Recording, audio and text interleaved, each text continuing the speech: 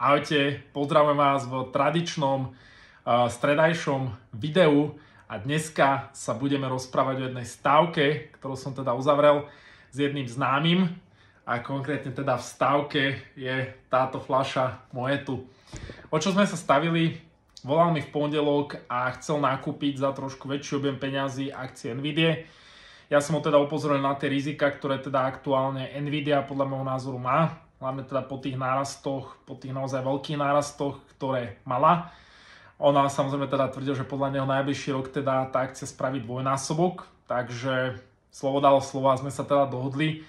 Pokiaľ teda akcia spraví dvojnásobok od tej pondelkovej uzatváracej ceny, to znamená, že za rok bude stáť, vychádza to približne $223, alebo sa im vlastne mu podarí realizovať vlastne zisk 100%, tak táto fľaša pôjde jemu. Nechcel, aby som ho menoval, takže žiadne mená tu spomínať nebudem.